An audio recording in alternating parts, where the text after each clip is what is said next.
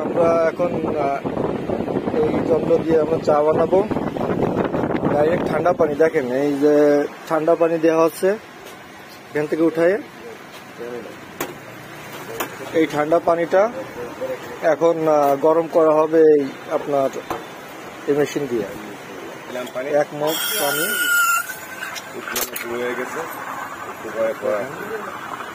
এই যন্ত্র দিয়ে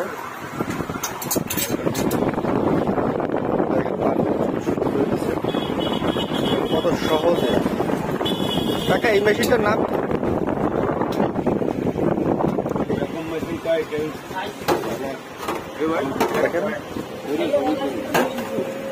কাকা চার পানি এখন ধরতে পারতেছে না, মানে এতটা হিট হয়েছে পানি। চা বানাচ্ছে বেশি উপযুক্ত, দেখেন এই ফ্লাক্সে ঢেলে এখন চা দিচ্ছে। বানাতে সুবিধা। আচ্ছা আচ্ছা।